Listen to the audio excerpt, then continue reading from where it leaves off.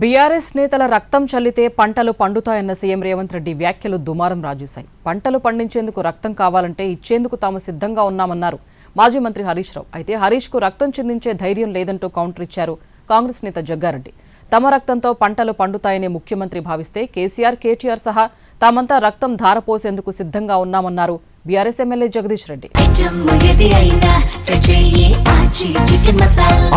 Chicken masala వీళ్ళని కోసి రక్తం చల్లితే పంటల మీద అదే పండుతుంది. ఎందుకంటే వీళ్ళ బలుపు కొవ్వు పంటలకు సరిపోద్ది. కరువు వచ్చింది, అందుకే 6 తడి పంటలు వేయండి అని చెప్పి 6 నెలల నుంచి మొత్తుకుంటున్నాం.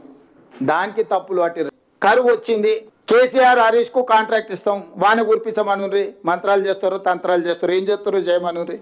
మాంత్రికులే కదా వాళ్ళు, ఇద్దరు మామాళ్ళు. నీళ్లు కావాలని మేము అడిగితే రక్తం కావాలని రేవంత్ రెడ్డి అంటుండు. సార్, నీకు రక్తం కావాలంటే ఇస్తాం, దానికి కూడా మేము వెనకాడటోళ్ళం ఏం కాదు. కానీ మాకు నువ్వు నీళ్ళు ఇవ్వడానికి, ఒకవేళ మా రక్తమే నీకు నీళ్ళు ఇవ్వడానికి అడ్డమైతే ఆ రక్తం ఇవ్వడానికి కూడా మేము సిద్ధంగా ఉన్నాం. మేము రక్తం చల్లమని చెప్పిన హరీశ్రావు రక్తం చల్లడు. మేము చల్లుమని చెప్పే ధైర్యం మాకుంది.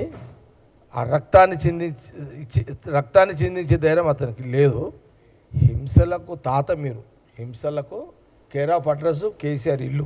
రెచ్చగొట్టి అవతలోడు ఆత్మహత్య చేసుకుని మాటలు మాట్లాడి రెచ్చగొట్టే స్వభావం హరీష్ రావు యొక్క కుటుంబం. మమ్మల్ని నరికి మా రక్తంతో పంటలు పండిస్తారంటే మేము సిద్ధంగానే ఉన్నాం. కేటీఆర్తో సహా, కేటీఆర్తో సహా మేమందరం సిద్ధంగానే ఉన్నాం. తెలంగాణ ప్రజలకు అదే అవసరమైతే, ఒకవేళ రక్తంతోనే పంటలు పండితే నువ్వు భావిస్తే, ద్రోహుల దారిలో తుపాకీ పట్టుకొని తీసుకొచ్చిన వాడివి నువ్వు. ఆనాటి మీ బుల్లెట్లకు, నీ చేతిలో ఉన్న తుపాకీల బుల్లెట్లకు అనేక మంది తెలంగాణ బిడ్డలు వాళ్ళ రక్తాన్ని దారపోసినారు. అవసరమైతే మళ్ళొక్కసారి కూడా తెలంగాణ కొరకు రక్తం దారపోయడానికి మేమెవరు వెనుకాడడం లేదు కేసీఆర్ సైనికులు.